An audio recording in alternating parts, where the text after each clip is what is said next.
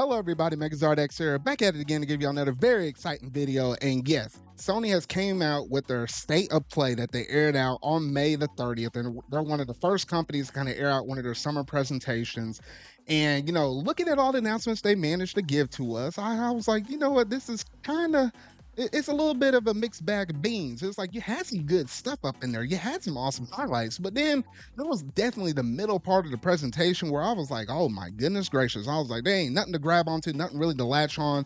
A lot of CG up in there. It's like scratching your head, like, wait, why did they announce this? It's like some of these things didn't even have release date announcements. And then when you look at all the games that were announced, like half of them are scheduled to come out for 2024. The other half are like 2025 or just an unknown date. So, just kind of keep that in the back of your mind though. But in today's video, I'm just going to go through all the different announcements, kind of let y'all know exactly what I thought about it though, and what I would basically rate this whole entire presentation at the end of the video though. So if you really like this, make sure you're going to hit that like button, go ahead and hit the subscribe button and that bell to stay up to date on all things video game related I feel like talking about and discussing. But without any further ado, let's go ahead and jump straight up into this video.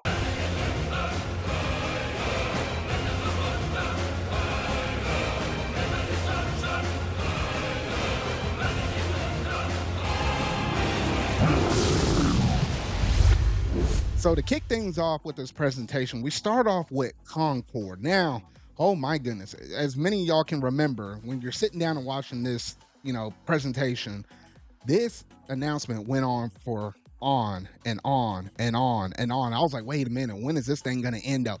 We had literally almost 5 solid straight minutes of just nothing but CGI cutscenes for this one game for Concord though, and I'm like, what the heck? Now mind you, this Sony State of Play presentation, they said it was supposed to be a little over 30 minutes long. This one announcement took over like close to 12 minutes long. It's dare say almost half of the presentation. It almost got up to that point. So you can kind of tell that Sony was definitely banking hard on this one game, because this is like one of their major first party games that they're going to be putting out there. And interestingly enough, it is going to be for the PS5 as well as PC, day and date launch though. So, going strong with that PC push though. But even then, it was like they finally managed to showcase off a little bit of gameplay once we got real deep up in this reveal, and we did figure out that it is a hero shooter. Now, I'm not necessarily the biggest fan of hero shooters though, so obviously a lot of people are going to compare this game to Overwatch, which is the most popular one out there though. But I mean, I love the characters. It did kind of give me the Guardians of the Galaxy kind of vibe though. So I was kind of digging it at first though. But then once it said hero shooters, I was like, all right, I'm out. I ain't going to pay attention to this much longer anyway though. But I'll give them credit, because at least with hero shooters, you're supposed to have characters that are like really relatable and where people are able to attach to them. And they said that they're actually going to drop out some kind of a trailer where it kind of shows the bonds and interactions between all these different characters every single week. So I'll give Sony credit on that one though, because that is a major commitment that they're giving out right there though. But overall, that's how we started the presentation off, with Concord right there. Next up, we had God of War Ragnarok, which is a game they're going to roll over to PC. We know that they're pushing really hard for PC though, so this is having to be the next game in the pipeline. So nothing new or extremely flashy with that one title right there. Next up, you had Dynasty Warriors Origins. Now, obviously, this is the next Muso game for the Dynasty Warriors, where you're just going through and hacking and slashing a whole bunch of different enemies and stuff. Probably the most, high fidelity Muso game we probably ever saw out there, period, though. But I mean, play some Muso games, but more so the ones that have like attached with a Nintendo IP versus just the standard Dynasty Warriors games though. So yeah, so it was interesting enough, 3 games that you could kind of expect within like a Sony State of Play though. However, from this point moving forward, you had some, some hills, some decent high points. Take what you will, but then when you're talking about the lows, like we're talking about some valley kind of lows. So next up, you had Infinity Nikki. Now this one right here, I'm like, wait, what the heck? I was like, I was so confused on this one though. Like I got some, Disney princess vibes and stuff like that though. But then I was like, wait, is this an RPG? Is this like an adventure thing? Is this open world though? But the actual quote from the developers on like what kind of game this basically is, they state that it is an open world dress up adventure game. This is probably the first of its kind though, because I was like, what the heck? This is something that you probably wouldn't expect within a Sony State of Play. You might possibly saw this within like a Nintendo Direct, maybe at best, or something in a Summer Games Fest thing though. But and the Sony State of Play, okay, this one definitely stood out. Like, people are gonna probably remember this one for better or for worse though. So interestingly enough, that game is gonna be coming out here soon. Ballad of Intera. Now, some of these games I was like, man, I'd keep it a buck 50 with you. It wasn't like the most interesting thing out there whenever I was watching this trailer though, but it is coming out here in 2025. And next up, you had a couple of PSVR2 games that they were talking about. There were going to be a few up in there. My guess was going to be four, but they managed to have two up the bat, though. One of them is a game called Behemoth, which, the first person, just kind of action game, just kind of going up through that game, though. I mean, it'll probably be pretty impressive just looking up and seeing all these different behemoths and stuff above you in that, first person in that VR experience though. But I ain't much of a VR person. And then the second title was the Alien game, which, man, I don't know why, but the performance on that one, it did look a little bit choppy. I'm just saying though, but it was just a really quick look at that Alien game right there though. So yeah, those were our two PSVR 2 titles. Then you get we get a little interesting. Outside of just games with solid release dates, we're talking about some things that are basically still beta testing. Yes, I'm referring to Marvel Rivals. Now, obviously, this thing did go through a beta test at first. I did remember hearing about it though. I am a really big Marvel fan though, but I don't know, at least with the hero style kind of shooter vibe that it was kind of given, I'm not a really big fan of it though. However, Venom was looking sick and the art style direction and stuff in this game was looking cool. So in some parts it's kind of pulling me, but in other parts not necessarily so though. But yeah, that's just basically confirming, hey, there's going to be another beta test coming out here fairly soon though. Next up you had Where Winds Meet. Now this one right here, a little bit interesting. I'll give them a little bit more credit. Now we're kind of picking back up with the kind of vibe that we should normally expect within like a PlayStation State of Play right here though. But overall, I don't think it was necessarily doing anything too strong, at least for me personally though. But it looks interesting. It might whet people's fancies out there for some people though, but at least for me personally, not necessarily. Next, we had our next major PlayStation Studios game, Until Dawn. Now, for some of y'all out there, y'all might have forgot, they kind of already teased this game. I think it was like in one of their past Sony State of Plays or something like that, though. So we managed to actually get some, a good amount of gameplay up in here now. And we do know when this game actually comes out now. It's supposed to be coming out later this year in the fall time period, though. So not too bad though. So obviously for those fans that really do like the Until Dawn series, hey, you can go ahead and have wild with that game right there. Path of Exile 2.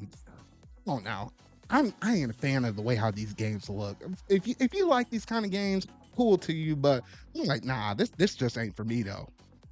Finally, we're out of the valley and we're down to the last three major games that they managed to reveal in the State of Play. And I think this is where they started to end the show off at a little bit more of a higher point. Silent Hill 2. Now, man, we're having a bunch of presentations left and right. Literally, after they showed this trailer off, they said, hey, we got another basically Silent Hill presentation immediately following the State of Play, though. So they'll go even more in depth versus the one trailer we had right here, though. But we managed to get to see a lot of good gameplay and stuff that was showcased off in this one, though. And this was probably maybe one of the other games I'm still keeping my eye out on in terms of just the potential of, how this game will turn out to be, though. And we finally managed to get an actual concrete release date for this game now. It is coming out on October the 8th this year, though. So if you're a big fan of Silent Hill or you really love yourself some horror games, yes, we got a good one in store for us in the month of October, though. Next up, we managed to have Monster Hunter Wilds. Now, we got this game teased. I want to say it was roughly around the Game Awards, I want to say, though. But finally, we managed to get some gameplay footage for this one game. And yes, I think this is really building off a Monster Hunter world, whereas this is basically like a big open world game. You're just hunting a whole bunch of different monsters. I think one of the things I picked up in it is the fact that you're able to hold two weapons, at least from the time being what we saw in this trailer, though. So that's really cool, though. And obviously you're just going to have a whole bunch of new monsters and stuff to hunt. So it's going to be a really nice, fun time just going through the world of Monster Hunter. You get a little bit, a couple of perks you have to have, like the save file Monster Hunter world, though. But yeah, really nice game. I didn't think Capcom was going to show up, but somehow they managed to. So we might get some more information, throughout the month of June. Lastly, the final icing on the cake, as you can say, we managed to get Astro Bot. It's interesting how they just call the title of the game just straight up Astro Bot. Because I mean, obviously, in terms of Astrobot's origin, yes, he started off on the original PSVR, and then you have like Astro's Playroom and stuff that you have, on the PS5 with, it just comes on that system for everybody that happens to buy that thing though. But I guess this is technically the first solo game you could probably go up into the store and just buy it and stick it into your PlayStation console, though. Yes, this is only going to be available for PS5. But just looking at the game, it looks freaking amazing. So beautiful, so vibrant.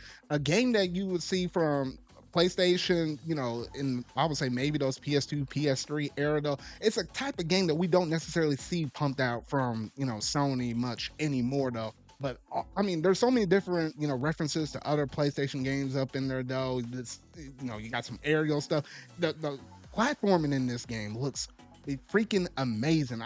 I'm a big fan of, Astro's Playroom. I really did love that experience, that free game you get on the PS5 though.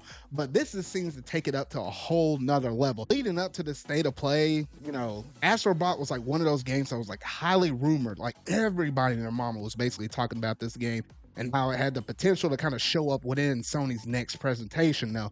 And I guess all the rumors just happen to be true though. So yeah, so a really nice game right there. And out of everything that they showcased out in this presentation, I'm definitely more likely going to pick up Astrobot over everything else they managed to bring up in this presentation. So overall, I would say that the Sony State of Play, it was an average presentation. It wasn't necessarily great, and it wasn't necessarily bad. If it weren't for the startup and, well, I would say definitely the closeout. I think the closeout was definitely stronger than the startup though. That was definitely holding up the presentation. So like Astrobot, Monster Hunter Wild, Silent Hill 2, I guess God of War Ragnarok, if you happen to be a PC player and that might be your first time playing it there, or you just want to have a PC experience with that one game. And then Concord, if you happen to like hero shooters. Those were probably the big major standouts in this presentation, and everything else is kind of, a little bit lower though. I mean, I give a little credit. Until Dawn, you're gonna have some fans for that game series as well though. But outside of that, I mean, it was a little bit of a mixed bag of sorts, though. It really kind of lost its way in the middle of the presentation, so I had to dock a few points off for that, though. But if I were to give this whole entire presentation a letter grade, I would definitely say, before they had those three interesting games between Silent Hill 2, Monster Hunter Wild, and Astrobot, I was leaning closer on the D side of things though, but with the inclusion of those three, that brings it up to, I would say, at a C plus. So that's where I'll rate it though. But y'all gotta let me know down in the comment section down below, where would you place your letter grade for this Sony State of Play? Are you kind of thinking and having the same mindset like me? Or do you really resonate with some of these games that were announced in this presentation, so you ranked it a little bit higher? Or you just like, nah, none of this stuff is it though. Like, this is definitely going to be one of Sony's weird or a little bit off years though. Just let me know in the comment section down below. But that's going to basically do it in terms of this video right here. So if you really like it, make sure you're going to hit that like button, go ahead and hit the subscribe button and that bell to stay up to date on all things video game related I feel like talking about and discussing. So remember y'all, until our video I make next, see y'all.